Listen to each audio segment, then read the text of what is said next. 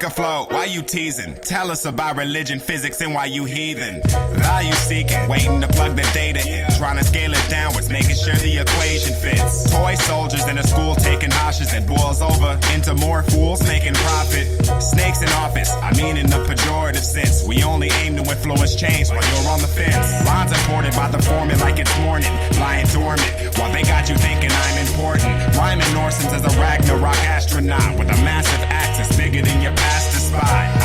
Call me Astaroth when I grab the mic and crash the block. Free obligatory passive shots, checking inventory after loss. So reimburse me or I'm taxing y'all. Your story doesn't capture all, only a cross section. While you gave up on chess and constantly lost checkers, I was stuck in the barracks learning to chop records, just barely beginning to explore the God specter. I'm often known to start lecture in the hearth sector, or in my lab charting star vectors, charging ultra combo art specials. Free to exceed the large threshold, inducing a far echo. Norchin bowls with the gang telling stories of the slain. Portal entry closed to the same. Orange tang, tastes like court glue on a deadlier ship than the one that war flew on. A poor child from the Ore Cloud who spends his time pursuing mastery of sword style. Forget the minutia, we often take for granted that we live in the future, where most of our lives are exquisite. A relic of the 90s, no it isn't Captain Cisco, you can call me Smiley, the rogue edition. Holy wisdom, exposed as a lonely prison. They told me listen, you going on a solo mission, and your whole team is drafted. If your cover is blown, no strings attached. So bear down, or be just another painted face clown running bare ass through the fairgrounds. It's their sound. If this is type 3, then I'm letting my hair down. Prepared to drown. If it's cyclical time, let us begin again. The only square globally recognized since Tiananmen. Never mind the repugnance, the hate that we exist and we love unify. What up? Every line, heavy substance embedded in the style. We even trust TXI. What up? They won't know how to make us fail. They're simply lower rated on the scale. God is left. What up? The endeavor is where we find who of us will get better as we climb. So authentic. What up? Hip hop for days while it's whip shots for slaves. Sick drops of blaze trying to get out the maze.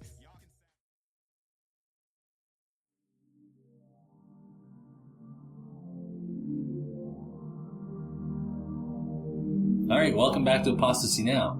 Today we're speaking with Greydon Square. Yeah, it was a good talk. Greydon actually took time out of recording a song to talk to us, so big thanks. Yeah, he was an interesting guest. We talked about a number of things, including gaming, specifically Star Citizen. We talked about rape apology, specifically my wife. We had a great time. It was a great interview. I hope you enjoy. And don't miss Greydon's brand new album, Omniverse, Type 3.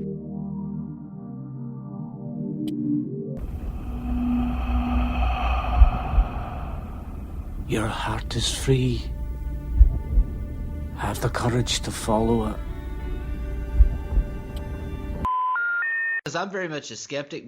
I'm more of a skeptic than I am an atheist. I mean, atheist is a conclusion based on my skepticism. You'll have to come like a little child to the foot of the cross. That attitude is what is responsible for the rise of atheism. That's not what Islam is all about. Islam is peace. What is the penalty for leaving the Muslim faith? With the death penalty. Thank you. This is Apostasy Now. For people to get the information correct before they start yapping. Get ready to root for the bad guys. Begins with E, evidence. All the evidence. I'm always into music, man. It's just one of the things that, will always get my attention. It's actually kind of hard to get my attention when I'm working on music. Well, it's probably the way it should always be if you really love what you're doing. Yeah, no, absolutely. I'm not the type of person that would spend any time doing something I don't like doing. Those days are over. Yeah, I'm a little bit jealous of you when I hear you talk about your focus. Why? What do you mean? I've made some decisions in life that ended up, at this stage of my life anyways, for the foreseeable future, I've got a lot of interference. Oh, I see. Well, I will say this, it's never too late. And, my personal opinion is, you may have anchors, but you can always set sail. Yeah, it's a good analogy. I like it. Well, I haven't given up, if that's what you mean. No, absolutely. One day, like Blue Haze, I'll be flying around doing whatever I want. Right. Are you gonna join our Star Citizen Federation? I didn't even hear about it. I didn't know about it. Oh yeah. Well, you've heard of the game Star Citizen, right? I've heard of it. I haven't played it. Okay. So first, I have to ask you this question. Do you want to hear me talk for about 10 minutes straight? Because this is one of those things where once you open up the floodgates to be talking about this, so you might want to prepare either on the show or I don't know how you want to do that. Because well, just to let you know, we can start whenever you want, but I have the recorder going already. Oh, awesome. That way I don't lose anything. But yeah, if you want to talk about it, a lot of my fans are gamers, so I'm sure they'll enjoy hearing you talk about it. That's fantastic. Hey fans, how you guys doing? You guys sound awesome. I appreciate you joining us. This is going to be an awesome experience for you. Let's go. So, Star Citizen is one of those games that to call it a game would be a gross understatement. I personally like to call it a first-person universe, as it's been coined by the creator, Chris Roberts.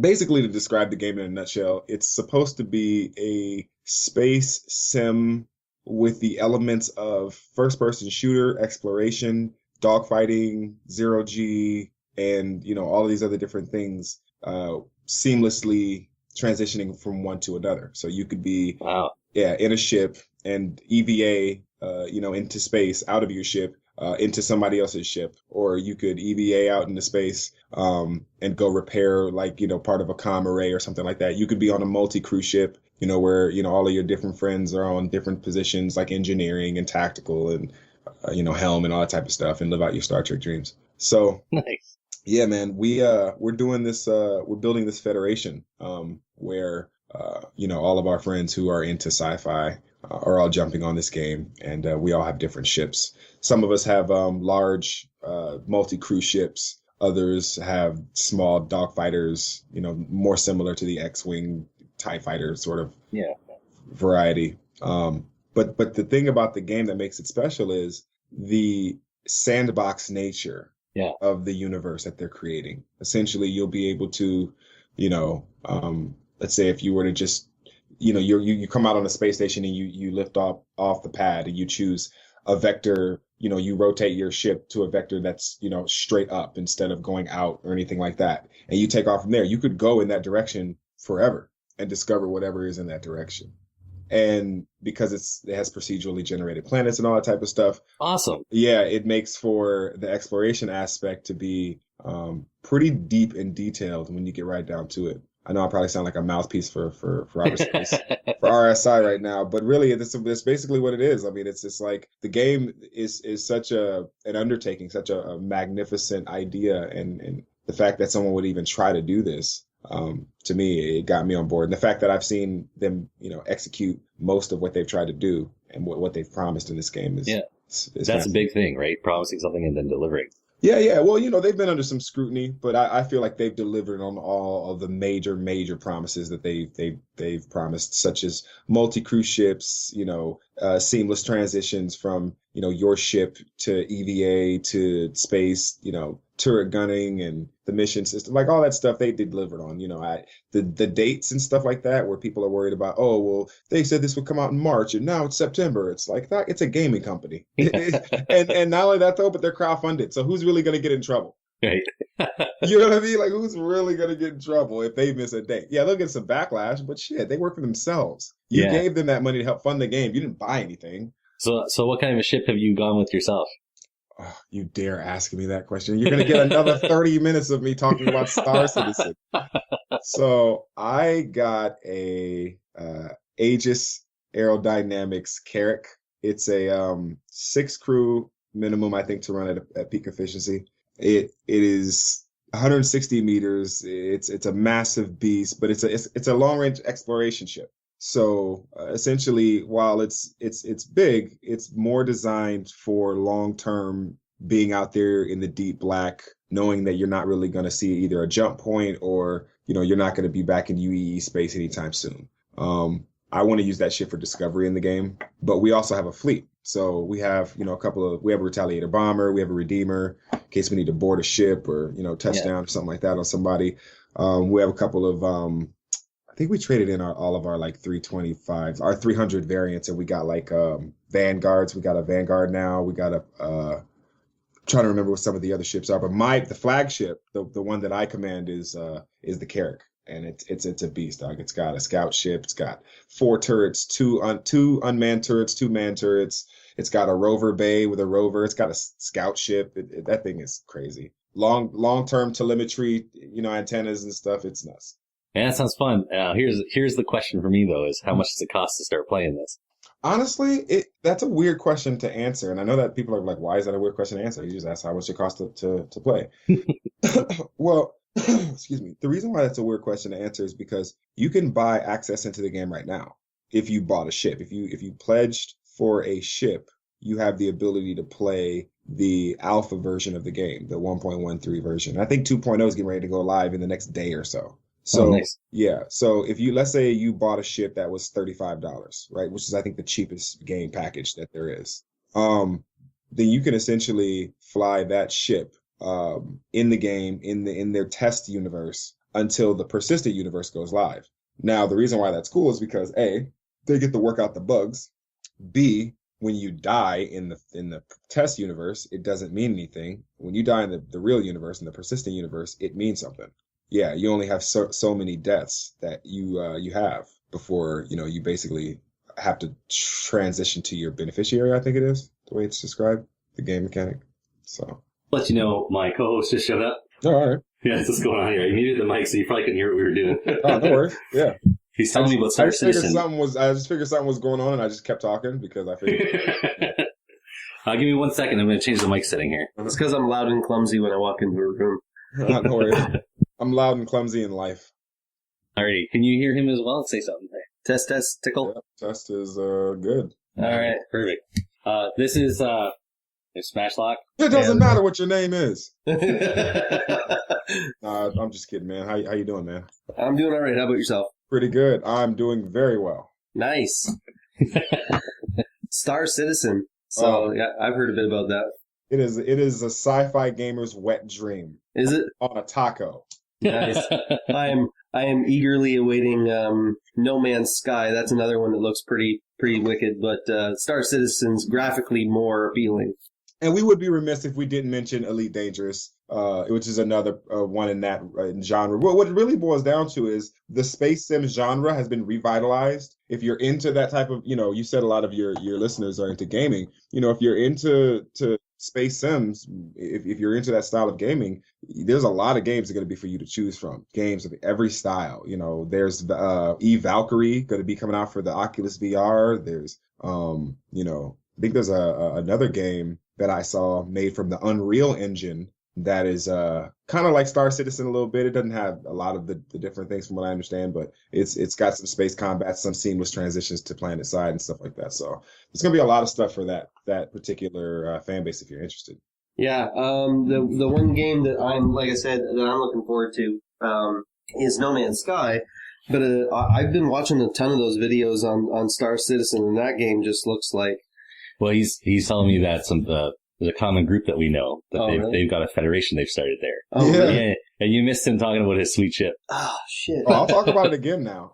Yeah, dude. I have no problem talking about. It's our show. Shit. You can talk about whatever you want. Well, I appreciate it, brothers. I appreciate it. So, I know a lot of people name their ships, and they're always like either female names or like inanimate object names. Yep. But after naming our federation, we went with an offshoot of the Grand Unified name. We call it the Unified Federation of Astral Entities. And so it's the UFAE. And basically after that, what I did was I decided, well, what am I going to call my ship now that I have it? It's this multi-crew ship where you can have, there's 6 main stations and I think 9 or 10 actual stations that can be operated at any given time on the ship.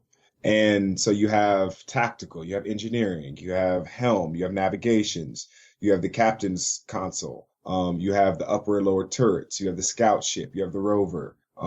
There's so many different roles and aspects of the ship that, you have to be cognizant of and you have to be considerate of. And so what I did was I called the ship the Carl Sagan in honor of my favorite person of all time, Carl Sagan. So, and basically our naming convention was to name our ships after all-time famous scientists. So then our next ship, the the Retaliator bomber we named after Christopher Hitchens, so that's the Hitchens. Nice. And then we have the Redeemer, known as the Neil Tyson, and so on and so forth. So. Well, you know that if you have a diplomatic mission, you should send the Tyson. But if you're looking to start a fight, you want to send the Hitchens. Yeah, no, the Hitchens is a bomber. The Hitchens is the heavy. The Hitchens is our right hand. I mean, we've got the power in the Hitchens. You've just been hitch slapped. Absolutely. But trust me, that one has the full armament of torpedoes, missiles, ballistics, lasers. It's got like 6 turrets on it, 6-man turrets on it. That thing is nuts. It's the armor on it is reinforced. You know, you can prepare for ramming speed. Is it a Corvette? Yeah, is that the class of ship? I'm trying to remember from all the videos. This is much smaller. The Corvette class, from what I understand, is in reference to like Eve, right? Like it's a much larger, smaller ships fit into it, right? Yeah. Yeah, no, this isn't that big. One smaller ship can fit inside this ship. In fact, it doesn't even fit inside it. It fits on the top. It just stores on the top, so you actually get into the ship from under it, and then you just take off, and then it just redocks and you get out into the ship. But with the Corvette class, what you're talking about, in Star Citizen, they're called capital ships. Oh, okay. So those ships, it's not that class. The Retaliator that we have, the bomber, the Hitchens, is much smaller. It's actually much smaller than the flagship, than the Sagan. Not too small, but it's about, I think, 60 meters. The Sagan is like 140. Wow. Yeah, the Sagan is massive. Wow. It is truly the flagship of the Federation. And now, you said you can get out of your ship. Can you tour through the inside of the whole ship, like with your character? Yes. Oh, nice. Oh, it's so silly. And what's crazy is they've built the game for VR. So VR is going to be huge next year. So you can literally be on the ship in an Oculus Rift, look around in full scale and actually see be on the ship. When you're on the bridge of the ship, looking out the window of the ship, and your your helmsman is making those turns, you get nauseous if he's a shitty pilot. Wow. You know what I mean? Like, that's real. And I love that. It's like, wait, it's going to affect me in real life? This game is so immersive? Yeah. Oh, man, that's both good and bad, because, I mean, I've seen shitty pilots in almost every fucking game that there's a pilotable vehicle around. So you're going to have a bunch of kids at home with Oculus Rifts on, be like, Mom! Mom! Well, luckily, the chief helmsman of the Sagan, Lieutenant Commander Dabby Dreads, is not a shitty pilot by any means. I mean, I've seen him wreck so much anus and rectum on a Battlefield 4 as a pilot on there, dog. I mean, look, I'm not saying the mechanics are going to be completely the same, but Battlefield is as good as you're going to get when it comes. I mean, unless you're talking about Arma, but as far as when you're talking about combat mechanics when it pertains to dogfighting and helicopter piloting and stuff, it's pretty specialized on a game like that. The people that can do it really well, and he's exceptional as a pilot in that game. So, yeah. Ah. 1, 2. Omniverse. You wanna seek the whole, then let's do it the smart way. And deal with universes just as real as they are fake. To us, this stuff is new. All while searching it for the truth. Even giving the odds against it. Life is intrinsic, where children love and friendships are swiped in an instant. But it's another you, just a pea in another stew, within the greater Omniverse. The way function never collapses. This idea would fall apart if ever it happened. Ever ready and rapture, irrevocably heading for medleys among the madness. Another bastion. Deep within reality's ready state, a weakened Eddie waits to be shaped into one of the thinking heavyweights. But what about the one who didn't? What about the one me who was dumb enough to run from wisdom? Or secret life and mission, the me that died in Iraq, the he that fights in prison. Let's peep the other side of decisions, where the unchosen choices survive in the Hilbert space and thrive in the distance, where I never spent a night in the system. Sights on ascension from the very start, rife with intentions, while simultaneously rooted in prison, all existing in superposition. You wanna seek the whole, then let's do it the smart way, and deal with universes just as real as they are fake. To us, this stuff is new, all while searching it for the truth. Even giving the odds against it. Life is intrinsic, where children love and friendships are swiped in an instant. But it's another you, just a pea in another stew, within the greater Omniverse. They say they want to. Since we're on the topic of games, I'm curious, have you played any of that Star Wars Battlefront? I've watched more of it than I've played it, but that game is magnificent. And let me just start off by saying, I am not a Star Wars fan by any means. I am a Trekkie through and through. I recognize the old rivalry. The beef is still on. However, God damn, that game is amazing. And you know what the real thing about that game I think people overlook? The sound. The sound of that game. The game sounds so it's the best sounding thing I think I've ever heard from Star Wars ever. Yeah. It sounds, yeah. Well, I played the beta on Canadian Thanksgiving. They had it for free for a day. I remember. I played for 5 or 6 hours, and I was really disappointed with it. Really? Yeah. Once you get past the beautiful visuals and sound and all that kind of stuff, the actual gameplay. Oh, the mechanics of it? Yeah, it's just if you like Battlefield, you're gonna really dislike this game. See, I wouldn't play anything other than Battlefield when it came to that because I know that the mechanics of Battlefield complement my experience as a veteran. Battlefront won't ever complement my skills as a veteran. Like they won't. My experience as a veteran basically have no use in the Battlefront universe. At least with Battlefield, some of that stuff translates over. I know some of it's a video game, obviously, but a lot of the stuff, the way that I command my squad in Battlefield is the way that squad leaders and platoon and company commanders usually dictate orders to their companies and their squads. So I feel like that's why I wouldn't play a game like Battlefront. That's not to take away from, its enjoyability, because I actually look at it as a very enjoyable game. But then again, I don't play it, right? I watch it. My roommates play it, all the time and stuff. And I'm always sitting there just chiefing and watching and play as between, recording and all that type of stuff. But if I was to actually sit down and play it, I'm sure I wouldn't take too kindly to the fact that I think it's got like auto aim and like the flight mechanics are real like strict. Like you can't really fly. It's not in a real 3D flight or something like that. But I don't really play it like that, so I couldn't really explain it. So yeah, I finally played it for the first time over at a friend's house, so I'm a little bit in the middle there. I enjoyed it because I'm really good at it. Well, for the first while, too.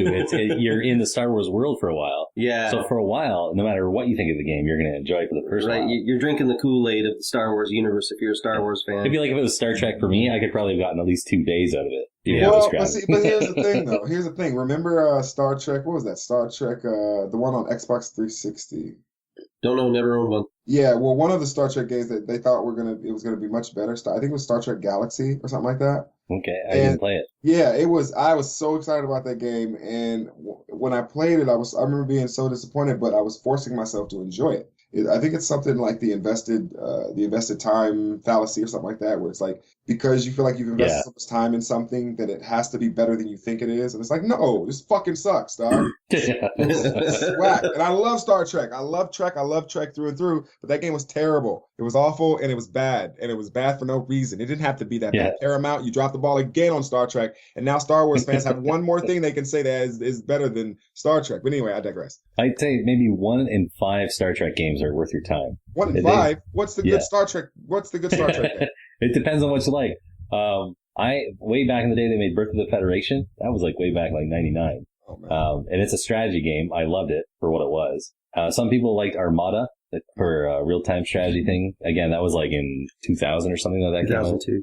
Yeah. So there's some stuff that people like. I think the last one I heard praise for was it Voyager had a shooter that came out for it years ago? No, I don't know. I never played it.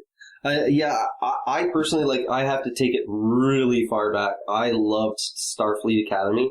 Okay. For the PC back when I think 286 was the fastest thing running. Yeah. So I loved that game. And the only way to beat the Kobayashi Maru was to use God mode cheat. But that was a good game. But yeah, they've had a terrible record with that. Mm-hmm. I don't know if you tried it. I tried the Star Trek Online. Did you try that? For a second, I downloaded that when it first came out, and I was very unimpressed with that. But then again, I only played it for a little bit. If it got better, then I'm unaware. But it could never be. The problem is now I've been exposed to Star Citizen, so whatever Star Trek Online is, it can never be that. The fact that I even say that about anything Star Trek is mind-boggling.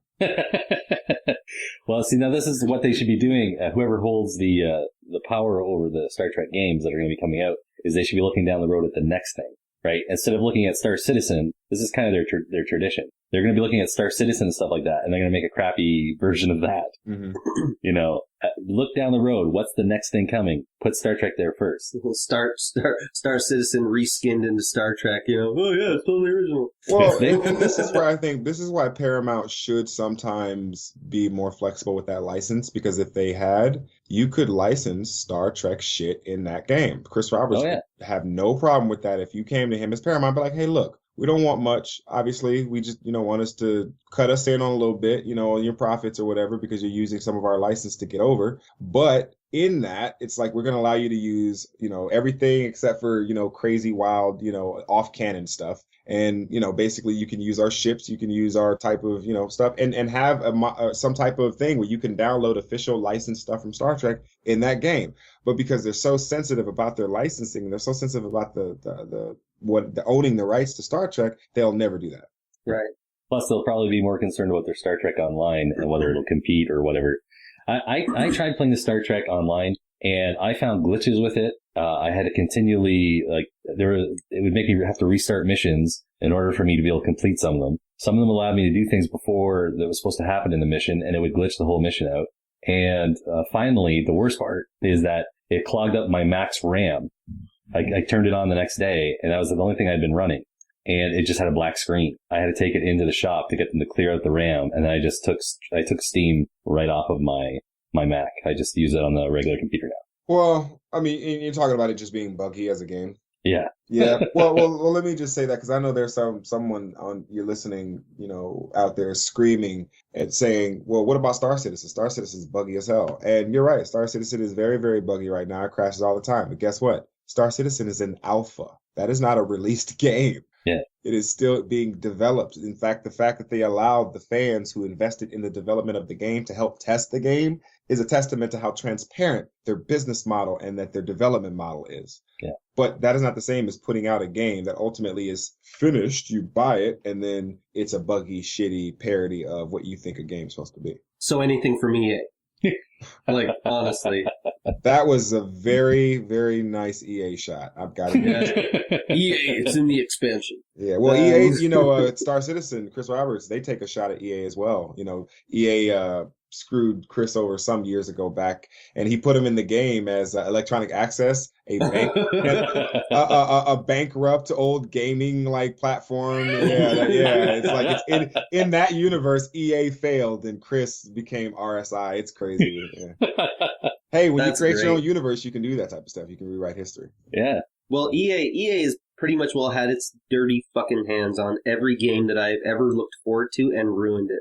Which is why I'm really hesitant to go out and buy Battlefront, even though I enjoyed my first play of it, because I'm worried, like Dragonbeard said, that I'm going to play it for about 6 hours and then realize that once you peel away the Star Wars skin, that it's just a really shallow game. But I mean, Maxis made some great games when I was growing up, the Sim City, and when they started putting out the trailers for Spore, this was a game that I had been waiting for. I'd always wanted a game where you could evolve all the way from single-celled organism all the way up to a galactic ruling entity.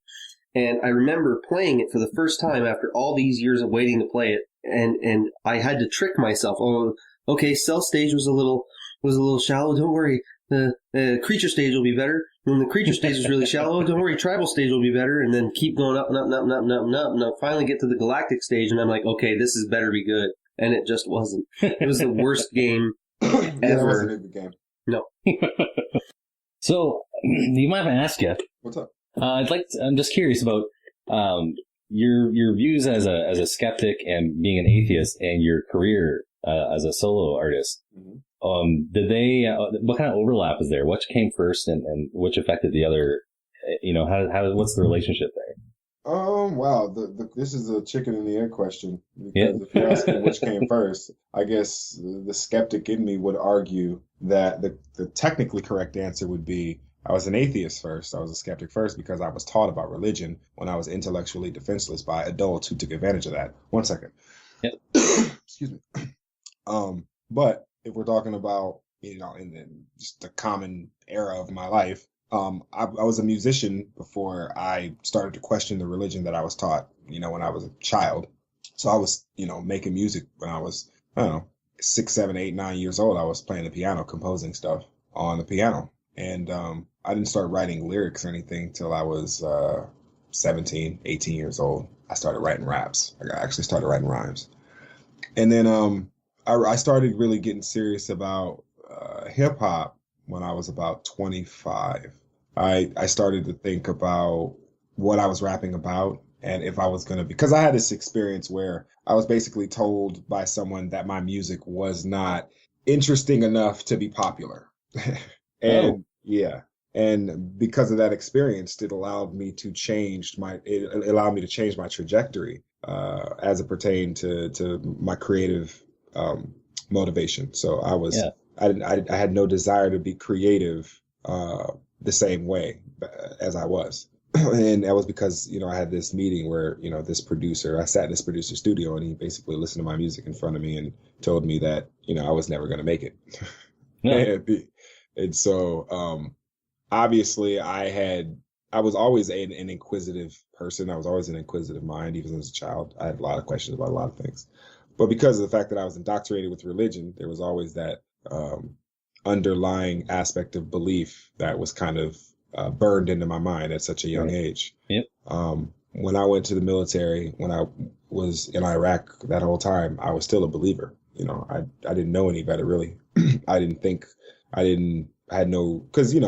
wasn't, even, people have this idea that because the internet is so prevalent today, that the internet was always like that. Yeah, and it was not. And they don't remember when the internet was very scarce and like not everybody had the internet. And so even as a pretty, I'm not going to say educated, but I was pretty smart for my peer group. I never really had access to information that would make me question something of that magnitude that early on. So as I got older, after I got out of the military, started going to school, I was in sound engineering school when I had this girlfriend, and we had this big argument about religion and whatnot. And that led me into, the whole rapping about religion and that sort of stuff. The Greydon Square name change was kind of a coincidental at the same time as that particular change, as I was going through my deconversion from Christianity to atheism. I had the also double whammy of deciding that I wanted to change my rap name and rap direction and persona from Apocalypse to Greydon Square. And I felt like, Apocalypse had a very dark connotation. It painted a certain picture. If you said the name, it almost like you knew what I would sound like. And I didn't want that. It set things in people's minds before you got a chance to make the impression. Yeah. Now, if I said Greydon Square, you're like, who? What? What is that? That sounds like something that I kind of would be interested in knowing more about. And so, tell me more. Yeah. So I think that was, I don't know if I answered your question directly, but I hope I did. Mind on my path, life's gonna test me. Gotta keep my focus, grind isn't sexy, but I wanna last. Reminds me of a different time, don't it? My whole entire being goes into this. I'm sacrificing all the time, but I wanna last. Reminds me of a different time. Yeah. I often think about an afterlife, or if the past is right. Am I a slave or the master type? Sometimes the program is strong. You have to catch a glimpse of right just to notice the wrong. Bishops notice the pawns, open for harm. Oblivious, choking the songs, token and calmed, roaming the farm. Typical cattle ranch conditions, fed a simple diet of wishes and contradictions of our traditions. You hold on to them like they worth something, showing your faith only because you have to, like a work function. Fear of being shunned and ostracized, tossed aside, just because you know all of the prophet ties. Fraud and lies, the makeup of the savior traps. They engraze the facts and you wonder how you prayed to that. They stole your mind, we can help you take it back, leaving the way to on your favorite tracks. Mind on my path, life's gonna test me. Gotta keep my focus, grind isn't sexy, but I wanna last. Reminds me of a different time, don't it? My whole entire being goes into this. I'm sacrificing all the time, but I wanna last. Reminds me of a different time, yeah. Leave the groupthink, their thoughts are just cluttered, and watch your complexity shift upwards. Everything we process now has to make us better, while tethered to a set of beliefs that we aim to sever. We just came to measure the deepest pains and pleasures, see a strange reef of strain, rearrange perspective. Yeah, well, and what kind of reception have you gotten, both from basically from non-believers and people in what we call the community, like atheist or skeptic community? Oh, man.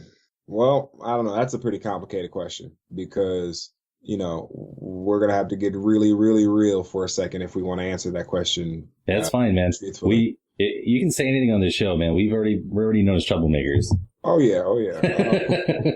But I always just want to, let people know ahead of time just because, I don't know who's got what, and I don't have any agenda. If somebody asks me a question, I'm going to just tell them the truth. Right. But, in the beginning, I think there was a lukewarm response to what I did in the atheist community. Hip hop, just as an expression, is not accepted well in the secular community. That is primarily because most of the people who make up the openly atheist community are Caucasian males. Most white males of that age bracket who made up those openly atheist groups were absolutely opposed to hip hop. They didn't like it. They all thought it was one thing. Even the ones, let's say I changed, 25 to 30% of those people. Even the remaining 70% still have that attitude. Misconceptions. Yep. Even with the Greydon Square literally fighting their quote unquote cause through a medium and a forum that's not even theirs. There's nothing to do with them. And yet still can't even really get any respect for that. Yeah. Do you feel that's because they don't understand it? They don't understand the culture behind it? Or is it just... No, I think they understand the culture quite well, which is that you can't really control hip-hop artists the way you can control other artists. We're not controllable like that. Yeah, you can't be intimidated, shamed. You can't be... Yeah, you're not going to come up and be like, well, now you're going to do this. Oh, really? No, I'm not going to do anything. And the only way you really, can intimidate, a hip hop artist really is if you try to send them to jail. And essentially that's what happened to me. I got locked up. I got into a fight with one of the people that was in I'm not going to say it was my group. I was actually in his group at the time. But he, came at me in a certain way and got a certain reaction. And I got locked up because, I had to put hands on somebody. And that's the part of hip hop they don't like. They don't like that element of street that we bring to anything. It's like, it's all fun and games till somebody says the wrong word. And then now people feel uncomfortable. See, the thing is hip hop is a place where it will remind you that you're held accountable for the things that come out of your mouth. Right. You can't just say certain things and expect not to get a response. There are certain words, regardless of if you understand why that word is off limits or not, it's off limits. Now say that word and get the response. Yeah. Well, there's an honesty in that. It's intense, but it's honest. You don't have to wonder about the response you're getting, whether it's genuine or not. The person clearly feels the way that they're feeling. Yeah. Well, I mean, I guess the point I'm kind of making that is a lot of times in general society, like we're talking about in the community, whatever, there's all kinds of innuendo, as Hitchens would put it. He never liked innuendo. He liked things to be said straight out. So if someone would say something to him at a debate, he would often stop the debate right there and go, no, let's hear what you have to say, because that sounds like you're saying something more than what you're saying. So let's just say it straight out. Right. I agree. And I think it's and that's where I challenge the atheist community. If you don't like hip hop, just say you don't like hip hop. Just say you don't like rap. You don't like the sound. You don't like the people who do it. You just don't like it. But don't pretend as if you're open-minded, as if you're, we're open-minded to everything. No, you're not. Because my crew, Grand Unified, has been representing through hip hop now for the past 6 years on the atheist front. And what respect do we get? Yeah. What representation through the atheist community do we get? The only thing that I ever see is when people post anything about hip hop from the atheist community is, rap. That rap is crap. Rap ain't music. The same bullshit we've seen this whole time. Yeah. Or those same assumptions that all hip hop stems from misogyny and or drug. Yeah. Yeah. My thing is you can't pretend to be some type of open, skeptical, inquisitive mind when you're just as dumb and bigoted and closed-minded as everybody else. The only difference is you don't believe in a sky daddy. Cool. But basically what you're saying is you're just as much of a bigoted, closed-minded asshole as anybody else. And I'm not saying you have to listen to any type of misogynistic, who banging on wax type of hip-hop. That's not what I'm saying. But don't blanket statement and mass generalize either the way that they do. I don't mass generalize country. I don't mass generalize rock. I don't mass generalize jazz, blues, pop, ED, none of that stuff. Electronic music. I don't know if I don't know one thing from the other in that particular genre, I keep my mouth shut or I speak very limited about what I know. Why? Because I'm uninformed. But we got a lot of people in the atheist community, the secular community, the supposed enlightened community who like to talk out of their ass when it comes to hip hop and rap. If you don't know what you're talking about, just shut the fuck up. You don't know anything. Yeah. I think there's a common misconception that I don't care or something. Nah, that's not it. It's just I have a different reference point. That's all. Yeah. I wasn't raised, I was watched. My frame of reference is gangs, the pain and the plot. The gamesmanship, the gain and the loss. Plus the indoctrination that came with the cost. He wasn't raised, he was watched. Another run wanted pain, a lane didn't want. He was insane from the jump, who questioned all and came from the front. Shot to fame, burdened with a toxic shame. I actually thought my only worth was the cock and name. Old scars, relics of the old guard. And you wonder why this group home kid's heart is so hard? No father or mom, a hostage of song, locked in a bond of conflict and harm. I'm from the home of the where you from culture, where animals run in packs while some come in vulture. You think they're raging hell? I see a bunch of unwanted kids trying to raise themselves, one flight away from bail, trying not to become a statistic, running from love, stuck with people hooked on punishing drugs. Summons, memories you unlock in your moral dungeon. Physically you'll find me with shots of the normal function, risking. I'm trying to cope with the loss of my family history. Yo, fuck my biological parents to shake the misery and paint that vividly. I wasn't raised, I was watched. My frame of reference is gangs, the pain and the plot. The gamesmanship, the gain and the loss. Plus the indoctrination that came with the cost. He wasn't raised, he was watched. Another run wanted pain, a lane didn't want. He was insane from the jump, who questioned all and came from the front. I'm known to speak up for the silent few, rising to heights beyond brutal fights and child abuse, dealing with cops at war with the civilians. Yeah, absolutely. Oh, you're not going to get that. I mean, I would love it if that were the way the world worked, but you'll find that any number of people will open their mouth when they're... But it's extra disappointing because these people always talk about rationality and like he's talking about skepticism. Exactly. But anyone can listen to Hitchens. And I'll just use this. Anyone can listen to a Hitchens argument or a debate between Richard Dawkins and Deepak Chopra or whatever, and think that they have a clear understanding of what it is to be a skeptic, but they don't. Did you say Deepak Chopra? Yeah. Did I say that wrong? Yeah. No, well, not the name, just the fact that you mentioned him up and that you mentioned him in the same as that. Never mind. Go ahead. I think it was either him and Hitchens that had a debate or him and Dawkins that had a debate. Oh, you're talking about them having a debate. Yeah, it was him and Dawkins. Okay. Okay. I thought you was just mentioning bringing him up as if we thought your mind had gone quantum. No, God, no. Deepak Chopra? Oh, hell no. No, but I see it a lot in almost any community, though, where you'll have the inner group, the core group, who kind of understand the message and understand the philosophy that informs that message, and they have the knowledge to build on that. And then you have the outliers. And the outliers are the ones that kind of support and uplift that core group, but a lot of them really don't understand what it is they're talking about. Mm-hmm. You know, They lend weight by numbers to the arguments, but they're no better than people bowing in a church. Yeah, it's like what Greydon touched on this, and I've been having this discussion on and off with more intensity over the last 2 years. It's really become an issue with the hubris of thinking that all these bad behaviors come from religious people. That's not the way this works. Religion is a problem, yes, but human nature binds us all to these tendencies. Groupthink. And that's why I call it hubris. You need to stop and reflect. When someone challenges your opinion on something, that's what skepticism is supposed to be. A challenge comes to something you think is a fact or is the truth. Mm-hmm. And instead of just knocking it off, like maybe you have the argument at the time, but at some point you should go back and reflect on it. Right. Now, I make assumptions every day, and I have different philosophical stances from you, and I'm sure from any one of our guests. Like, for instance, I agree with our guest here that there are consequences to saying certain words, and that, some words should be avoided with respect. However, I'm also a person who passionately believes in free speech.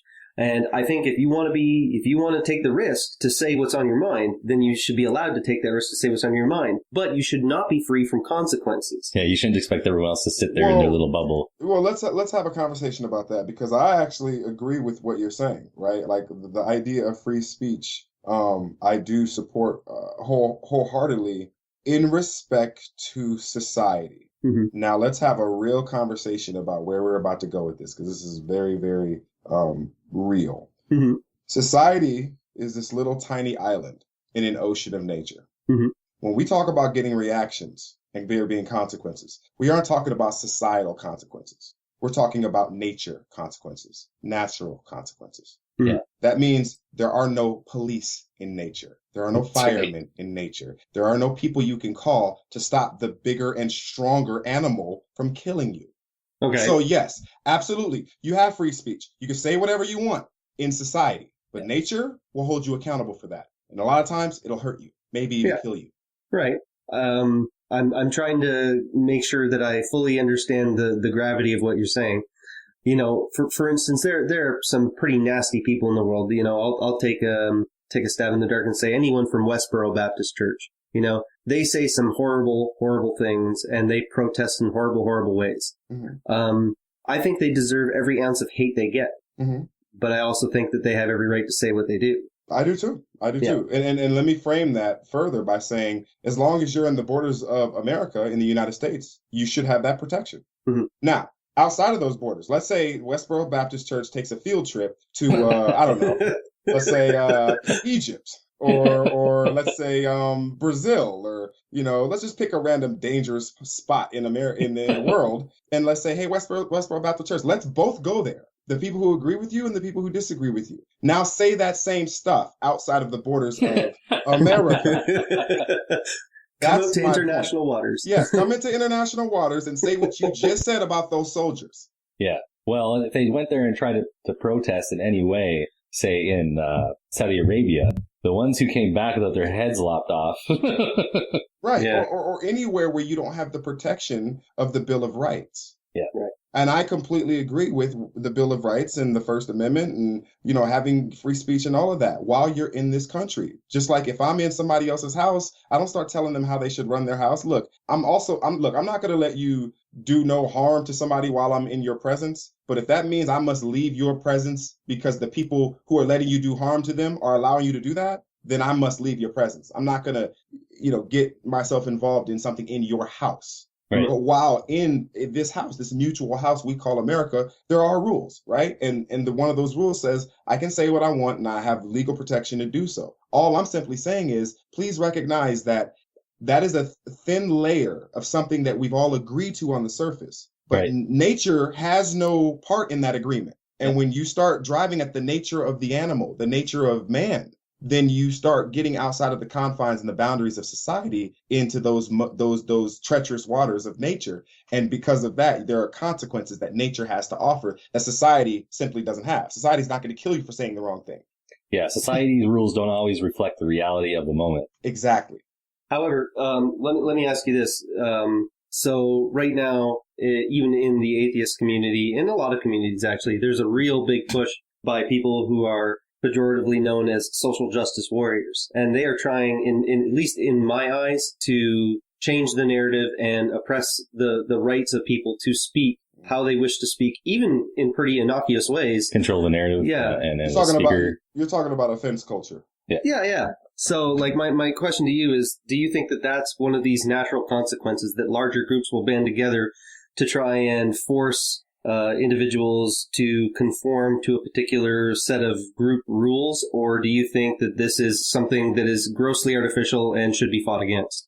I would come at it from another angle. I think this is another consequence of the comforts that society provides, and that's why you don't see a lot of resistance when people are infringing on people's social liberties. For instance, I always argued when the thing came out about Edward Snowden and the spying and all that type of stuff, that was like basically the biggest news that wasn't a war since Watergate. Yeah.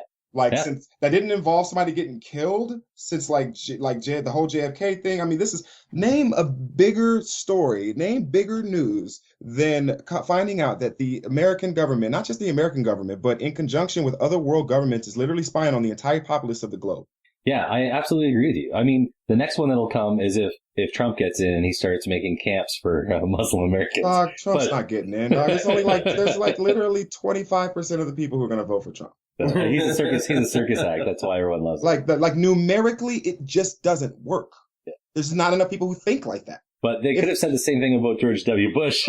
No, but they're talking about but you're still coming off the 90s, right? Like you're still talking about a time where it looked like him and Al Gore were equal choices at a time where that looks like that. Yeah. I don't actually think he's going to get in. I'm just having a laugh at his expense. Oh yeah.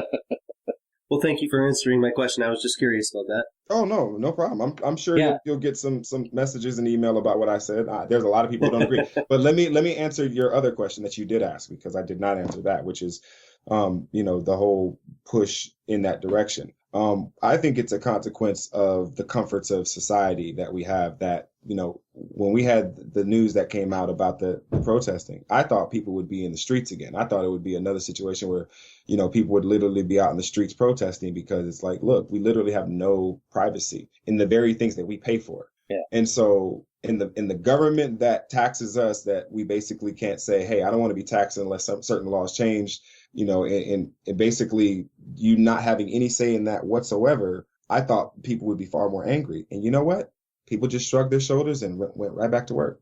Yep. And it put something in my mind. It let me know something. It let me know that society has this thing where it doesn't, if you're trying to make change, you can't do it if you have something to lose.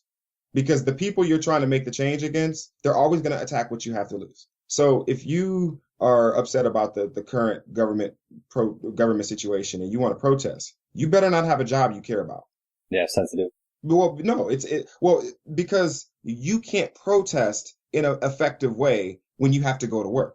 Sure, you can. Well, it's true. Yeah. Yeah, you can get off work, get a backpack or whatever, go down to the protest site, scream and holler for maybe 4 or 5 hours. Then you realize, okay, I got to get home, eat something, get ready to make enough money to sustain this lifestyle of protest. Otherwise, I'm not going to be able to afford to even protest the government I'm trying to change. Yeah. So things like a job, things like kids, things like other obligations. When you have all of these things in your life, other anchors, they know that. And they know, look, they out there screaming, but shit, it's 8 o'clock. Give it till 10. They're going to go home and tuck their kids in the book. See, I like when you break stuff down, I hear you talking about different things, how you bring it into the real world. Like, a lot of people don't do that. They don't think about these things. They just think, well, they have it in their head about the idea of protesting if the government does such and such. But they're not thinking about any of these consequences of, like you say, taking care of your kids. So when are you going to eat? How about when you go to work? Are you married? How are you going to work that out? Which are you going to be protesting when? Absolutely. And I just think that level of, or that method of protest is a bit obsolete. In my personal opinion, I know people still do it, but I think that way of protest is obsolete and has never truly been that effective if you look at it. But, It makes for a great newsreel, honestly. That's about it, though. And it does create solidarity among the populace. But that's short-lived. If people don't act on that, if you look at the Arab Spring, there was a missed opportunity for someone to act and take a leadership role and really become a new face of that region, and so it kind of sunk into what it sunk into. The Arab Spring became this kind of nightmare situation for a lot of different places because there was no one to stand up and be like, hey, I'll speak for the people and the people stand behind me. Obviously, you can't unite all these smaller different families and factions and religious factions and all that type of stuff in a month when they've been fighting for 3,000, 4,000 years. But, But yeah, strong voices with solid arguments that help people focus themselves onto some core important issues. Yeah. But to wrap up, I think, what you were asking before, I personally feel like the social justice aspect angle of atheism, and this goes all the way back to that elevator gate thing. That was the first thing for me. And then right after the elevator gate thing happened, I got swept into something that was like a consequence of that. Like, I didn't have anything to really do with the elevator gate thing, right? That didn't have anything to do with me. But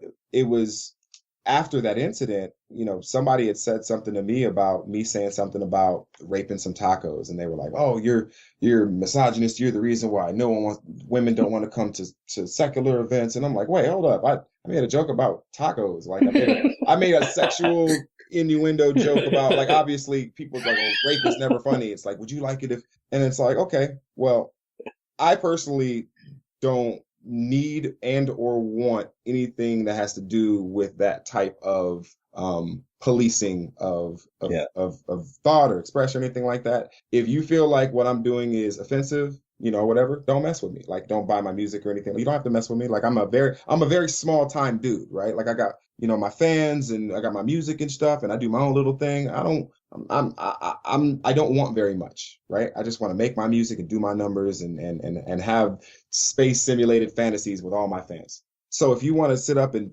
police the fact that I'm saying, oh, he used the R word in reference to food, like, oh, okay, well, cool. I don't have to deal with you guys. If you don't want you don't want to see me in that way, cool. I don't ever have to really deal with you guys. But don't expect you to shut me up, or don't expect to have the power to ever shut me up. And I think that's where I started to see that it wasn't a community that I wanted to really be a part of. And then I had the whole other incident, that fight incident I told you guys about earlier, that the community really didn't take too kindly of. But as far as with the feminist slant to the community now, yeah, I've noticed that. And that's one of the main reasons why I don't come around like that no more, because I don't have anything to really do with that. I don't call myself a feminist. I'm not a self-proclaimed feminist. That's not my lane. Well, then clearly you're an evil person. I'm terrible. No, listen, I am horrible. You don't even understand. I am a savage. I'm not a feminist, for the record. Oh, we're all evil. You savage. I know. I apologize for rape every day. Next, you'll be talking about how you're a man. Today is my wife's birthday. If she's asleep when I go home, I do plan to enter her without her consent. For the record, I would have laughed at that joke, but I had a mouthful of marijuana smoke. So I'm just saying. Torn still with the sword and shield for morbid thrills, known for killing lords with a quarter skill and going ill. Fuck Caitlyn Jenner, that award belonged to Lauryn Hill. I slay beginners, even though hip-hop's on this blue pill shit. Dude still spits, slay a king in the open and fools kneel quick. Fuck Allah and his righteousness, I could never serve him. If heaven consists of members of ISIS fucking virgins, but I'm another person, religion of peace. You lying through your turban. Vividly, the shit I speak will make a feminist cringe. Him and his friends remind them that this isn't pretend. Listen good, I've had it with this first world victimhood offense culture. Same plank to walk, different wood. Dare need a favor. Aryan invaders will ask if you carrying papers. Married to bankers, calling you to celebrate a lazy creator. Then damn you for not accepting the savior. Soaring for glory, ever wrecking your shitty origin story is boringly corny. I spend the sermons normally yawning. Last mission, amass wisdom. Now it's spitting it in a way to break the slave and a black Christian. I can't peek. My lyrics, they leak anions. I fill graveyards with the Hindu and Greek pantheons. The climate steady rising higher. Monkeys still want a messiah, even if it comes in the form of a professional liar. The art of deception admired by the masses. Watch them cheer and go defend for this planet and their asses. All y'all scared to smash it. Comfort in captivity. The clergy got them faded. Their cadence becomes a symphony. Spewing the mindless litany of bullshit rhetoric. Sing alongs and pray about freedom that you will never get. So what's the latest outrage? Tell me who you angry with. Post another Twitter status. Only venom you will spit. That's probably why I'm numb as shit. Cause everything about you weak. From politics to music you rockin', even the words you speak. I'm supposed to buy into that shit that you spout. When you think she heard us from Bible days and figured this out. Man, fuck that. Fall back. I'm done coddling all your nonsense. You're like a critical thinking and little slave complex. With all the pains you talk, I'm jaded by the offense. Your people need to listen more before you cry and talk less. While people lying coffins, you're lashing at comedians. Devoting all their time and your resources defeating them. Well, real rapists and killers, racists and villains sending planes to your building, but ain't the ones you changing your feelings. That's great. So channel energy on actual threats. You say the Greydon raping tacos was an act of regret. Let's ask the taco if it's possible that he can repent. Ignore the context of the statement so that we can be next. To wave the flag for your agenda, please believe the intent. It's just irrelevant. We need them all the people to death. My nigga, please, you're only feeding the lie. lies bearing deceit, like it's a weapon of destruction, only blind and the weak. No denying it's a cruel world, then we're fighting the beast. But if our skin is not a thicker gauge, your body's some feast. Yeah. In 2016, it's a plea to the populace. Please be less uninformed or be less obvious. These followers would rather force religion into politics, live in the words of liar salesmen and force scholarship. Send me to Hell's Gates, I'm sick of your stalemate. Without a warranty when you try to sell me a failsafe. Making sense of the world without the Son of God from Mary, contrary to popular Tom and Jerry Christian commentary. And the chance of me staying silent as likely as finding Cat Williams in a science class. Research banned in every church you ever ran in. Behind closed doors, closed minds, closed cannons. Skeptic with the hand in his pockets, here studying topics that would have made a jealous man of a prophet with the flow as dirty as any industry unregulated.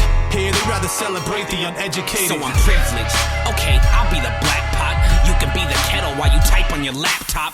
Talking about privilege, bitch, you hit the jackpot. A first world citizen, king of the have-got. So I offend your silly ass, I'm still writing. Bitch, I took the grass from Neil Tyson. I told you I'm a black pot. You're a crackpot and an ascot. The SJW mascot. Your worldview is a cloud of distortion. Always outraged, blow shit out of proportion. You scream loud enough, and now it's important. There's real problems out there, but now we ignore them. So genocide, step aside for the genocide. Get rendered petrified every time I get in line. Mad that I offend you, great, you can get in line. I shut my fucking mouth, but I might offend a mime. You're cutting down the efficiency of his product over here. Yeah, man. It's wasting money. How much flack will we get for the marijuana talk or the rape jokes? But see, what's happened is, like you said, it's gone the other way. Now it's gone from a place where it's like we have to condemn hateful, bigoted speech to where it's like, I'm going to police your sense of humor. Right. You know, I always put it back into this context. If you don't like black people, if you don't like Mexicans, if you don't like Asians, if you don't like, let's pick a group, right? If you don't like that particular group, I personally don't think you're a bad person. I don't. I just am simply not going to mess with you. I'm not going to waste any time trying to judge you. I'm not trying to waste any time trying to figure you out. None of that shit. Look, you don't like the people. You don't like people who I am or the people I kick it with. Cool. You go do you. I'm going to go do me.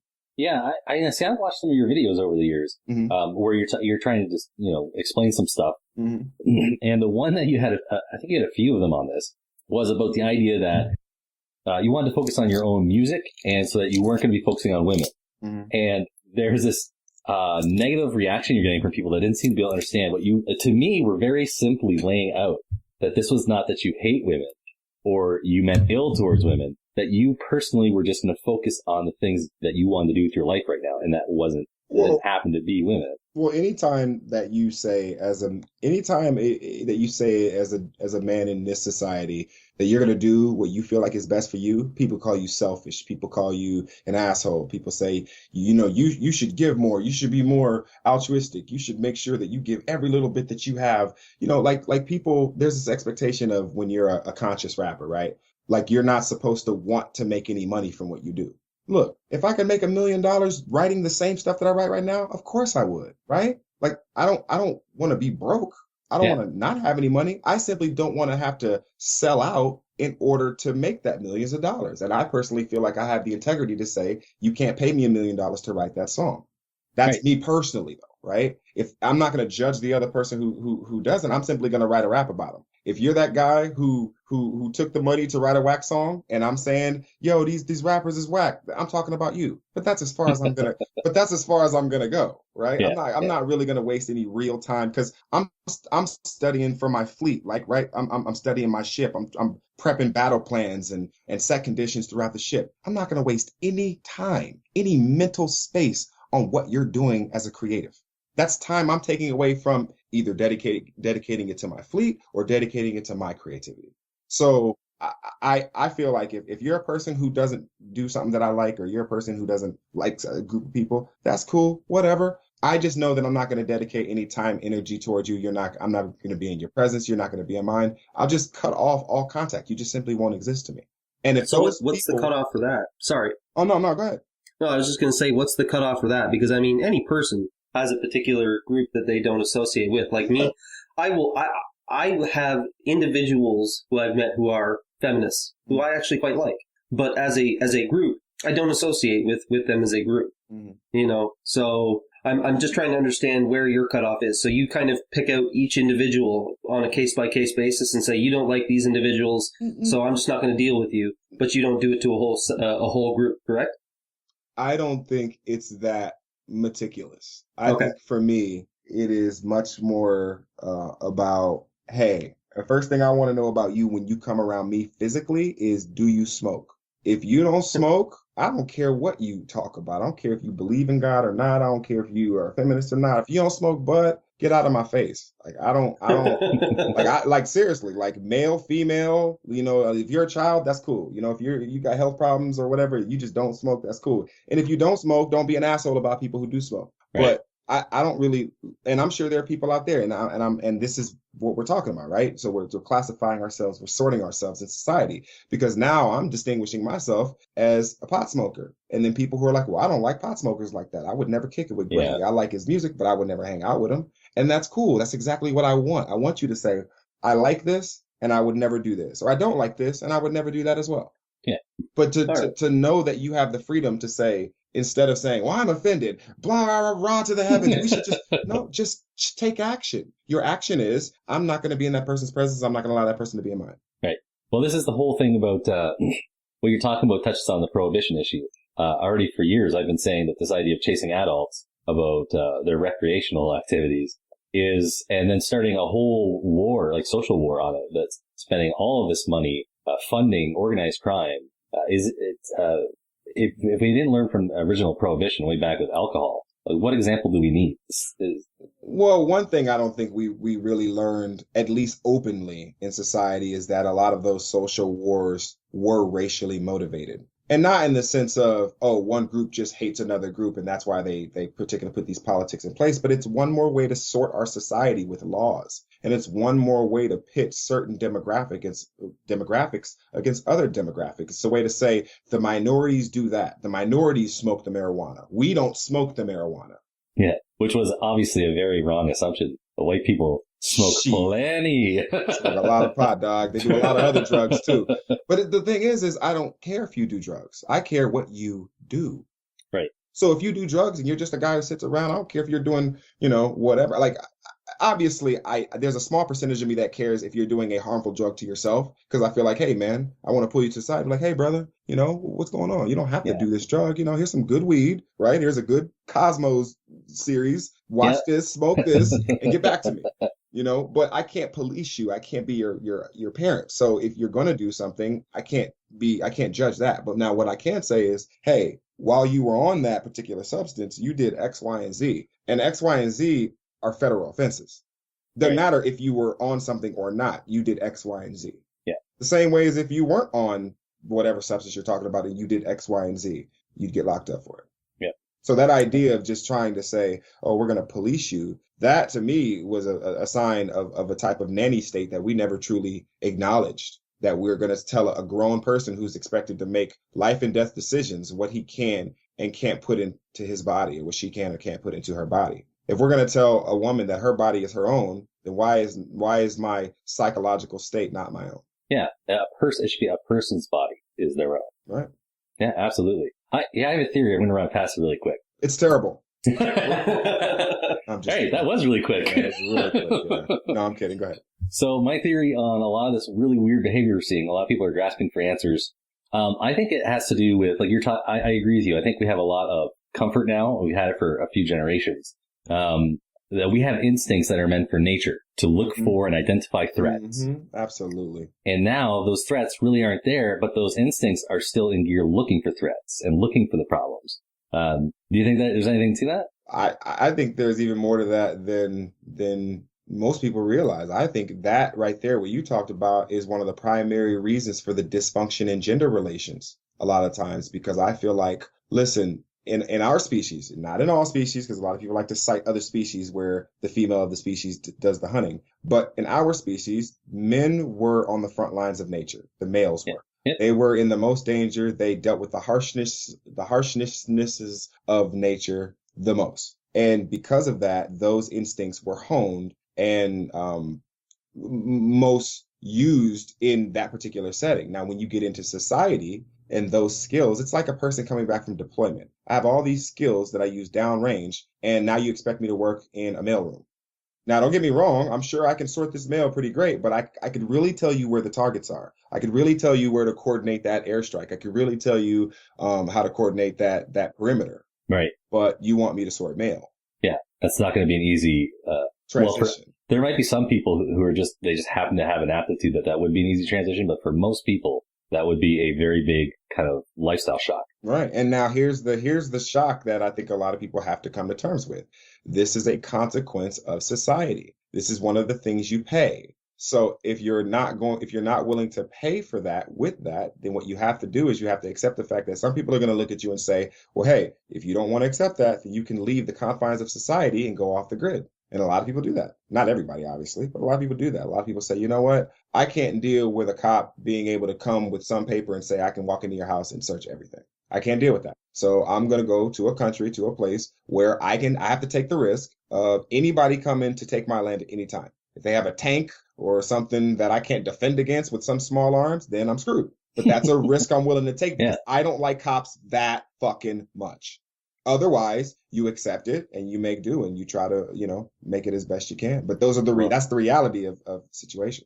That goes back to what you're saying. I've been stunned at all that information about government spying that came out and how little reaction it got. I think when we're talking about comfort and people getting kind of complacent, it seems to me like, especially this generation that's coming up now, doesn't really seem to understand the power of taking away someone's privacy. Well, but that's because we have minimalize the damage of indoctrination, like the damage that indoctrination causes. We act as if indoctrinating people when they're very, very young is something that's okay. Right. We do it with our kids and we say, it's my kid. I can tell them whatever I want to tell them, especially that black people are this and Mexicans are this and women are this. And then there's an invisible man watching everything you do. Right. And so this is a part of, I think, one of the things that we don't really acknowledge when we say, okay, well, why are people so dulled, or why are their senses kind of dulled or nullified when it comes to how they perceive the things that we look at as being very important. And I think it's because, at the end of the day, they've been taught not to care. They've been taught that that's not important. Yeah, I think part of the other reason for why we've seen such a resurgence in this kind of social justice attitude, and I was talking to a couple people at my school about this. I've already lived through the 90s. I was there when the PC culture kind of first took its tentative steps to try and speech police and attitude police everybody. And I don't know, maybe I have the wrong of it, but I seem to remember it getting its ass completely handed to it. There was a lot of resistance. Oh, God, it was just destroyed. And now, 20 odd years later, what we're seeing is these young millennials who are the offspring of that generation that got its ass kicked, coming forward with a vengeance. And they're young, they're unattached, they have that time to go out and protest, they have that time to dedicate to social media, and they've been completely flooded with the same radical fervor that you see from like religious radicals, from those parents that basically they got beat back so hard and they're like, you know what, my kids will do it. Right. My kids will do it. So they just pushed it into the next or generation. Someone else's kids that they've gotten their hands on. But the problem with that, though, is the people that they go after have a dependency on the things that they support. So they have leverage. If you are a person who, like, take me, for instance, if that market of people that you're talking about said, Greydon Square, we're not going to buy your record, think it'd affect me? I have no idea. I don't know you as well as... Let me answer that question. It wouldn't. Not at all, one bit. If 90% of those people said that they would not support me openly, I'd get a 20% increase in sales. Nice. Well, let's hope that happens. That'd be nice for you.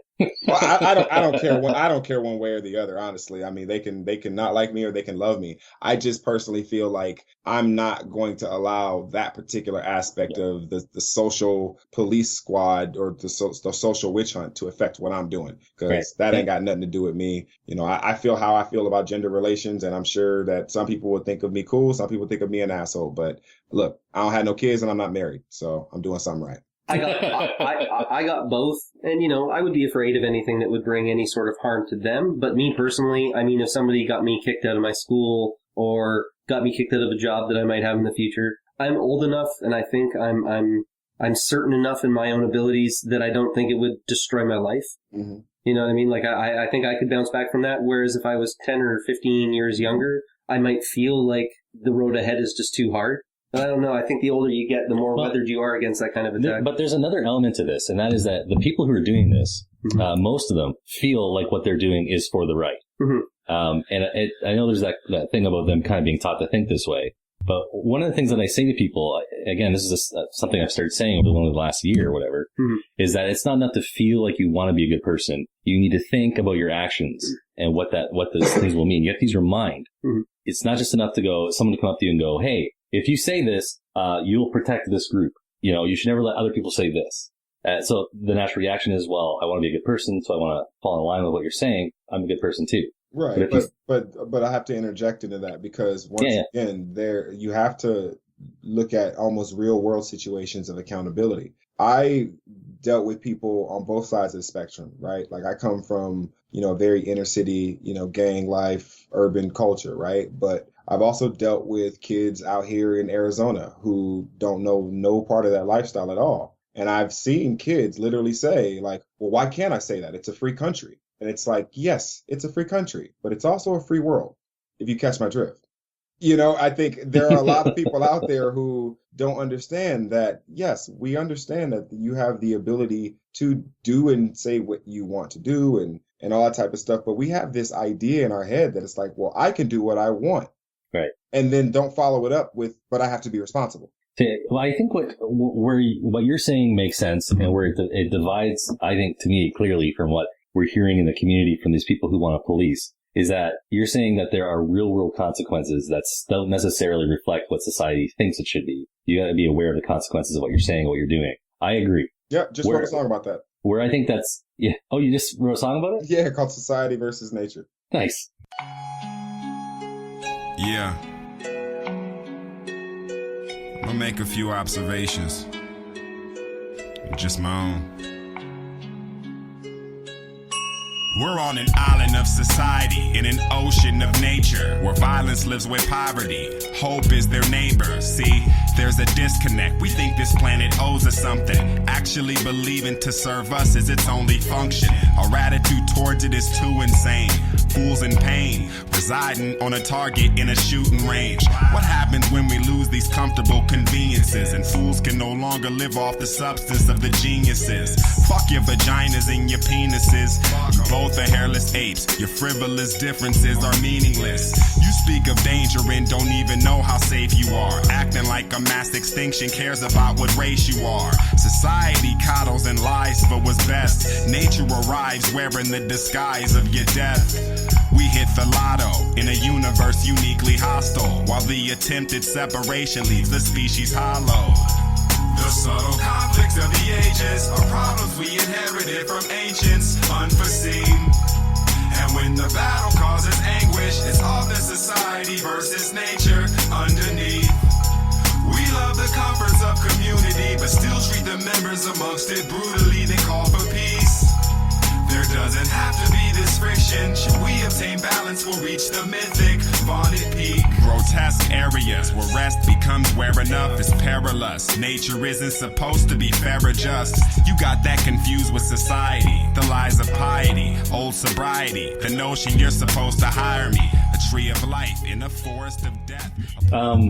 Yeah, and so where they take this and they twist it, they get it out, is they will say, the things that you have to say have consequences. And so they think consequences means if you don't fall in line with what they believe is right and you don't repeat it, then you should be drummed out of the movement. Or you should be taken off of a speaker's engagement, or you should be banned. Right, but I can also say if you're too weak to defend yourself, I should be able to take whatever I want. That's a consequence of being weak. Now, who's right? How do you mean? Well, okay, if I just say, okay, new rule. If you're weaker than me, anything in your pocket is mine. Right now. Yeah. Now, you just said that they had a different opinion, right? They said, if you do something wrong, then, we'll shame you into blah, blah, blah. Okay. So my question is who's right? And you asked me for a moral judgment or? No. It's a rhetorical question because honestly, no one is right. Neither one of them have the right to say, I'm right. That's the way that it is. Now, the only way you can say, okay, who's going to be right is if there are no one around and a person is actually going to test that and say, okay, if I'm telling you that everything else in your pockets is mine and there ain't nobody else around to stop you, what are you going to do? If you're too weak to defend me, then me taking your stuff is a consequence of you being weak. Just as the animal who was too slow, the consequence was he got eaten. That's the natural consequence. So what we're saying is we're making an argument between societal consequences and natural consequences. And sometimes those lines get blurred because we're still beings of nature. All of this stuff still exists in nature. It's like I go back to that quote, island of society, ocean of nature. Right. But I guess more specifically with skeptics, the issue that I'm talking about there with the societal consequences, I don't believe that you can have integrity as a skeptic or a skeptic organization and say that we should debate ideas. But if people don't fall in line with, per se, mainstream feminism, you're not allowed to come to our conference, you're not allowed to speak, you're not allowed to have a say, we're never going to debate these issues, they are codified, even if unofficially. It's the hypocrisy, right? That's not a natural consequence. That is a motivated ideological consequence in reaction to something that someone doesn't like. You know what I mean? Like it is a consequence, true, but let's not pretend it just happened in a vacuum. Right, but let's modify what you said by simply saying this. They can't say that and do all that stuff, but they can say that.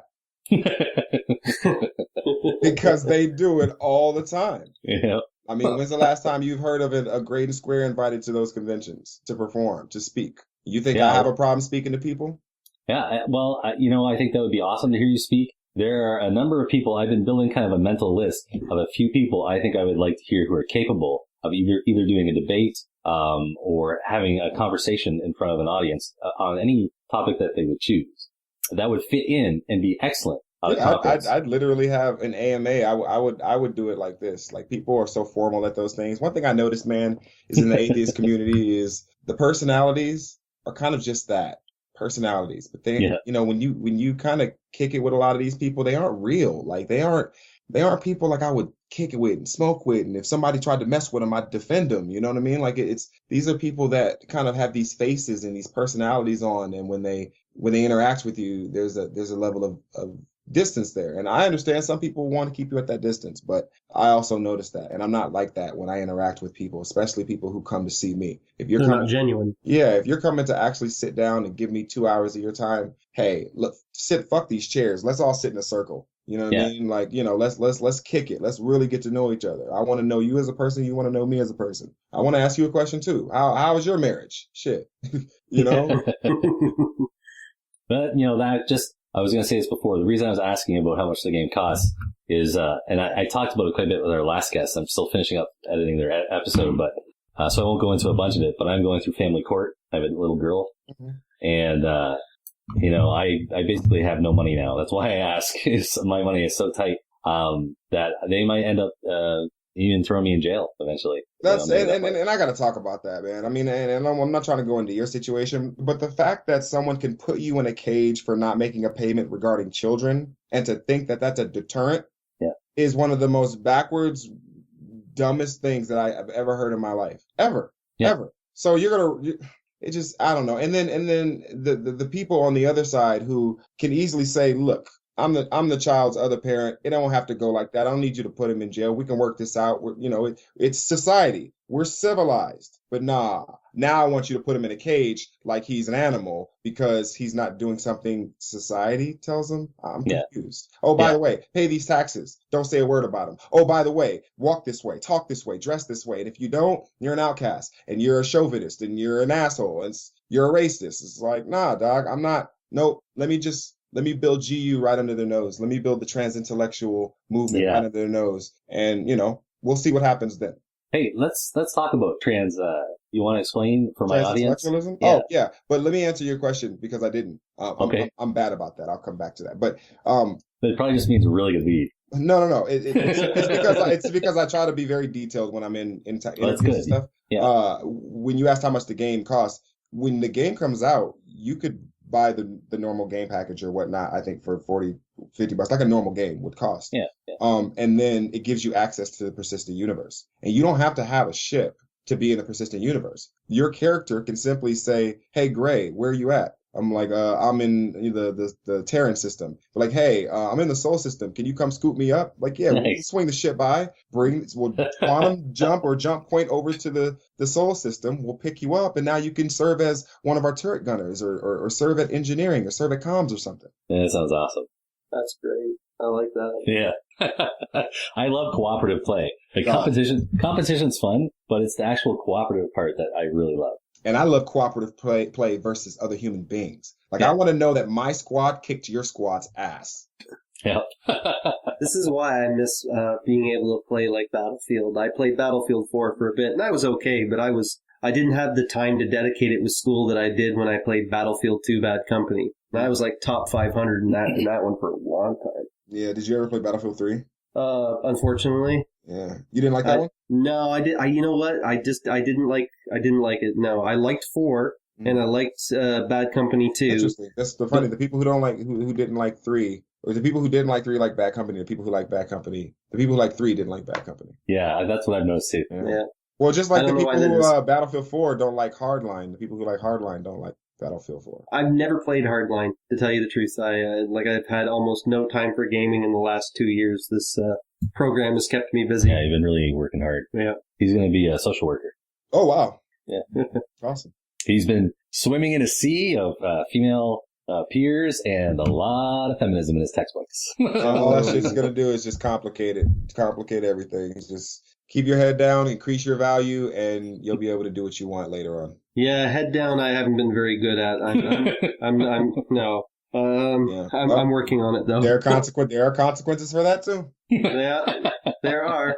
I'm known amongst. Well, there's some good ones that you've actually challenged ideas based on statistics, and I think a lot of your classmates would have basically just swallowed everything they were told and never thought of challenging any ideas. Right, like the one class we were going over domestic violence, and the teacher quoted a couple of statistics, so I quoted back a few of the ones I knew. And she said, "Well, I don't know where you're getting these statistics from." And I'm like, "Well, here, I'll show you." And she's like, we don't have time for that." And I'm like, "Well, then why did we open the floor up to discussion?" Yeah. And she goes, "I'm not going to argue about it. It's a gendered issue. That's all there is to it, period." And I was like, okay. So then I put my phone over to the girl on the right of me, and I showed her the study that I just pulled up on Google Scholar that directly refuted what she had just said. And then, what do you do in that instance? I just decided to stay quiet after that because I knew where that conversation was going to go. Yeah. Well, I got about 10 minutes left. All right. Okay. Thanks for the warning. No worries. Okay, so do you want to spend some time talking about transintellectualism, or do you want to talk about your album that's coming out, or both? Well, I could do one. I could do both things at the same time. Right. So, transintellectualism is the ideology that first of all, it takes into account something called the Kardashev scale. So, Nikolai Kardashev was this astrophysicist, and he came up with this scale for judging the energy usage of a civilization and rating them on a scale. And basically that would denote their type of technological advancement. So if you were a type 1 civilization, you were a planetary, a global species, you had, the ability to, some of the technologies might include electronic tube transports that allow you to, go thousands of miles an hour in an evacuated tube, kind of space travel on Earth sort of thing. You have, the internet is supposed to be a type 1 type of communication system, the repository of human knowledge, accessible at your fingertips sort of thing. It's supposed to be a global thing. Now, the things that aren't global, obviously, we're not a global community. We're very much divided in nation state sort of thing. And, we are still subject to destruction via natural events. A type 1 species basically would have the ability to stop any type of extinction level event that was planetary based on their advancement and understanding of their geological systems and ecological systems. So that's type 1. Then type 2, you start talking about a civilization that's able to not colonize, but basically use the energy of an entire star. So they're able to mine that type of power, that energy level, and they have that type of energy consumption of a star. So we call them a stellar civilization, and that's considered type 2. And then type 3, you're talking about, something that's galactic, you're talking about civilizations that, for all intents and purposes, have some sort of mass interstellar travel or intergalactic capabilities, full mastery and understanding of baryonic systems. And, so what I did with my series, The Kardashev Scale, was I tried to reset the way that people was viewing me as an artist, because at first, people looked at me as, oh, he's the atheist rapper. So I started talking about technology and transhumanism, which is this idea that you can use science and technology to exceed the limitations of biology and nature itself, really. Yeah. And so it was something that I gravitated towards as well.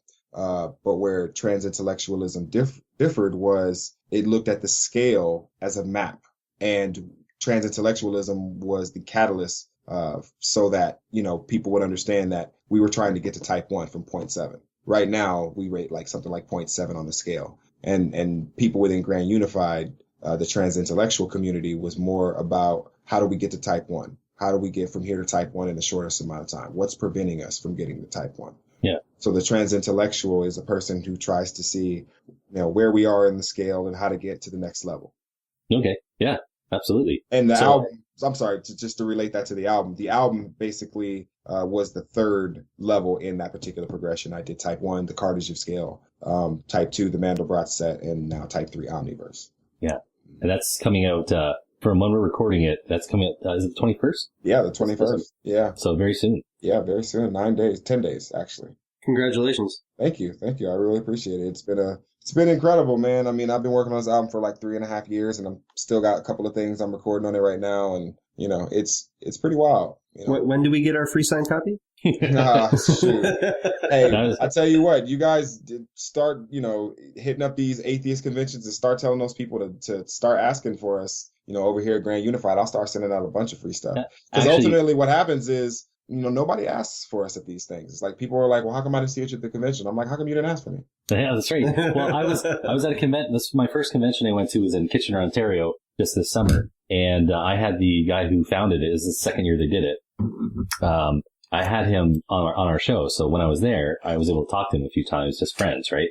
And at the end of the night, I did bring up GU. He was aware of you guys, but I said, look, if you really want to have people who can both like bring a presence as far as their speaking, and they can also put on a dynamic show that's really going to charge your audience here, GU is what you want to look into. So he was aware of you guys. Okay, cool. Sure. So if anyone listening to this, that's what you do. Yeah. You talk to people about it. That's why I think the biggest thing is where we really break through is the participation of the general community, asking the organizers, why aren't you guys, if you're not going to do it, give us a reason why. If you're saying, oh, Gray had a fight in 2006 and you don't want him over here, okay, cool. Just say that. But don't act like, oh, yeah, we'll consider everything. We'll be all inclusive. We'll make sure no, you won't be all inclusive. You want to make sure you get the same people coming through to get the same money coming through. No, that's a bullshit reason, though, man. I won't accept that because, somebody's going to have to tell them if I go to a conference that I raped my wife on December 11th, 2015 at 8:38 p.m. We'll get you a t-shirt. What? Oh, yeah. Smashlock's not a troublemaker at all. No. I like troublemakers. Troublemakers are cool. Yeah. Like I said, this conference is pretty small, but as it goes by, I wanted to make sure it was in his mind. Each year is sure to get a bit bigger, and at some point, I want him to make sure he considers you guys. So you guys have a lot of talent in the GU. Well, it would be cool just to even be considered. Like I said, if they're gonna reject us for whatever reason, just let us know why. Don't. And I don't know the details of what happened. So I'm not going to take a big stance on it or anything, but whatever happened, I have noticed that there is a lot of black and white kind of mentality when it comes to the issue of violence. I understand we shouldn't be going around causing violence all over the place. I think we all understand that. But setting that aside, we had a guest on our show, and I'm really glad we had him on there. His name is, he goes by Mr. Deity. I don't know if you've heard of him. He's pretty popular. Oh, Mr. Deity. Yeah, we shared an elevator at some rally, at some convention we were at. He acted like he didn't know who I was. I was like, you know who I am, Mr. Deity. Stop playing. People, you know what? People try to front though. You know, they see a 6'4" black dude and they try to act like, okay, I get y'all now. It's all good. I'm gonna start making people feel real uncomfortable, including you, Mr. Deity.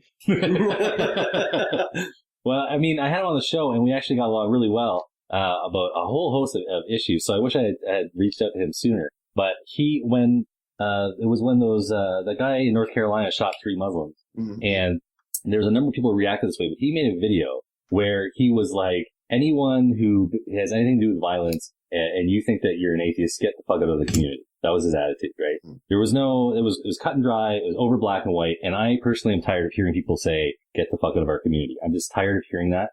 So I responded by making a little recording of it on the beginning of one of our shows where I looped together some stuff that made him sound really ridiculous for what he was saying. It was pretty brutal. And like I say, I wish I'd kind of reached out to him sooner because I think it came off differently than he intended. Well, yeah, it always does. It always does. But there's just that quickness to judge, you know, instead of saying there was violence involved. All right, so that person will condemn them. Maybe you should wait because you don't know the details. You don't know what happened. But even if you do know the details and something did happen, like at the end of the day, is there a level of remorse and forgiveness and whatever that comes with that? Because if there isn't, cool. It lets me know that shit. A lot of people are better off in the church community. At least there, they talk about forgiveness. However, it fake it is or whatever you want to call it. But at least I know if I make a mistake over there, someone will say, you know what? It's not my place to judge you. God will judge you. Now, you tell me I'm going to give more respect to them than you, and you're the secular community? Get your shit together, atheist community, because you're losing me. I'm not saying I'm going to go turn around and be a Christian, but if you're losing me, imagine how many other people you're losing just on some casual shit. Yep, absolutely. I don't even have a response to that because I was about as perfect as you to say that. So, man, great closing comments. Smashlock is speechless. It means, wow. Yeah. Well, I appreciate it. Anytime you guys want to have me on the show, I'm definitely down to come back. I'm gonna stop the recording there. Oh, wait, before I do, you don't have to stop it. Can you tell people where to find your work? Where should they look for you? Oh, I appreciate the opportunity to plug my material. To find me on the internet is not difficult. If you look up Greydon with an E, I see so many people spell my name with an A. It's Greydon. But if you just look up atheist rapper, I'm usually the top result. If you look up Greydon Square, I'm usually the top result again. So if you just want to find me, whether, you want to buy physical CDs or you want to hit me up on Instagram or Twitter or Facebook, whatever, just look up Greydon Square. And I literally have, anytime there's a new social network, I get my name. I make sure I get my name. No one has my name anywhere. Not on Xbox, not on Steam, not on anywhere. There's no one has Greydon Square. Now look, there's people right now looking up places to find Greydon Square. You can't do it, can you? See? Instagram. So, but yeah, you can follow me on Instagram. I'm most active on Instagram and Facebook. Then I'm pretty active on Facebook. And then also, I play a lot of video games. Like I'm a huge gamer. I'm huge on Star Citizen, the RSI website. You can just, follow me as Greydon Square, or my call sign is Extra P. So you can add me as that. But nice. Yeah. You can find me I'll put some links in the show note as well. For sure. Yeah. Oh, one other thing. If you are interested in the game Star Citizen and you want to join a cool federation of secular people who, look, we're not going to beat you over the head with it. We're not going to talk about atheism 24/7. We just want to play some sci-fi, fantasy game and set off into the stars. So if you're into that sort of thing, look us up as well. The Unified Federation of Astral Entities. That's what we're going with. Nice. Awesome. Yeah. Omniverse. Check. It doesn't matter what I don't believe in. If I'm not after education as a rapper, then it's open season. From there it's easy to fall, often forgetting you're fortunate, lucky to be breathing at all. This is our method to teach, it's just the sound of them. You know me, my consciousness always stays on the outer rim. Stop trying to make us threats of patient fears. I train with peers that often spit too complex for the layman's ear. I miss debate sorely, dropping knowledge on the faith that's from the age story. But it was fake glory, hollow victories over those who couldn't follow history. So I moved on to top on misery. Avoided flocks and swarms, you'll often find your conscience torn as you try to separate from the non-informed. The industry couldn't account for me. While other rappers had limits, I exceeded the boundaries. Watch them knock our places, say it's not our space, but we ain't going away. My whole camp stands unified. We ain't gon' kneel, cave, surrender, bow, or move aside. They wanna break us up and want us back at odds, cause we ain't going away. Never this, they want the ground we've taken back, and the recompense will resist. Your purpose asunder. While like the king lizard, I emerge from my slumber, purged full of wonder. Come up with theories just to test them out. See it for what it is, then be left to doubt. On the mic, I go the extra mile. Match graffiti with the freshest style. Show these people how the West get down. Truth or die, you decide. Truthfully, you wouldn't survive any set of grand unified. Your foolish pride will leave you in a pool of rhymes. For people who enlighten, you still trying to fool the mind. Nice try, we're not buying. You might be high, but you're not flying. Stay in your sidelines. Fight crime, or become a part of the cycle at nighttime. With like minds, quite blind. Trying to lead us all to the promise, as we all fall to the comet. Watch them knock our places, say it's not our space, but we ain't going away. My whole camp stands unified. We ain't gon' kneel, cave, surrender, bow, or move aside. They wanna break us up and want us back at odds, cause we ain't going away. Never this, they want the ground we've taken back, and the recompense will resist. Space and time, the responsibility to blaze a rhyme always falls on me because I'm Greydon Prime. My punchlines aren't even fun to people. I start to spit and they look at me like I summoned evil. None are equal, so I run the track like a dean run a cathedral. Ton of weed though, come and see yo. The cosmic array has us locked in a daze. Chilling with my people in Oculus space, a Negro. Yeah, this planet is a cast world. I'm just another Captain Jack searching for his black pearl. Last girl, I promise. You want commitment and I want sex, let's be honest. And kill the drama. Nothing but science on my mind list. Most don't speak up and keep quiet cause they spineless. Try to define this. I'll seek ideas to falsify like a scientist until I'm 96. Watch them knock our places, say it's not our space, but we ain't going away. My whole camp stands unified. We ain't gon' kneel, cave, surrender, bow, or move aside. They wanna break us up and want us back at odds, cause we ain't going away. Never this, they want the ground we've taken back, and the recompense will resist. Watch them knock our places, say it's not our space, but we ain't going away. My whole camp stands unified. We ain't gon' kneel, cave, surrender, bow, or move aside. They wanna break us up and want us back at odds, cause we ain't going away. Never this, they want the ground we've taken back, and the recompense will resist.